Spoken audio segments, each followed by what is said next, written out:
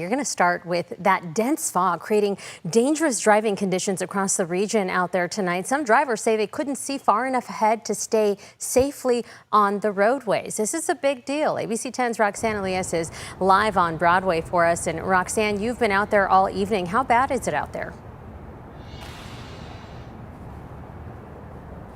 Well, Nazi, if you take a step outside of your home, you can really see how dense that fog is out here. CHP says visibility is dropping fast, and that's usually when they see those car accidents happen, kind of what it looks like out here right now.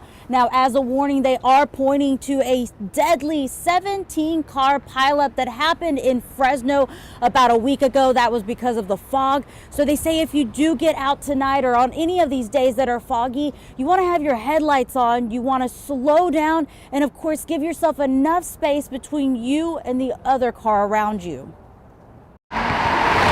Saturday night's roads were covered in fog, making it difficult for drivers who had to work or travel for weekend plans.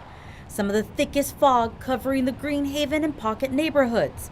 Honestly, I've never seen it like this before, so I think it's pretty bad. Fatima Cerrato, an employee at the Nugget off Florin Road, says she and her co-workers were surprised to see the fog linger all day. I remember just like driving down and then like seeing some cars like suddenly like they would stop, so I would have to like press on my brakes like a little harsher. Paul, a shopper at the Nugget, also says he dealt with the fog all day after driving to Davis around 7:30 in the morning. The fog right now is pretty bad. I mean, it goes from like almost zero visibility.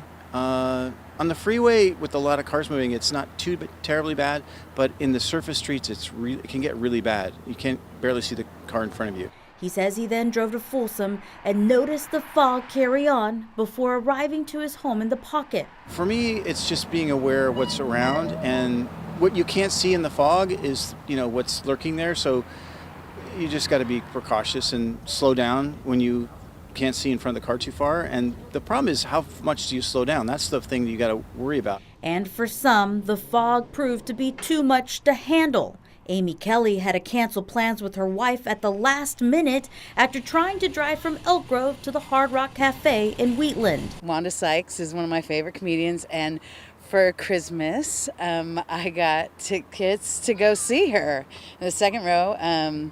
And I've never sat in the second row, so I was very excited. And we started driving, and we could barely get out of the neighborhood.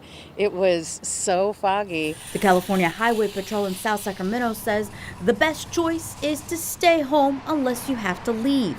But if you do go out, remember? Number one is slow down.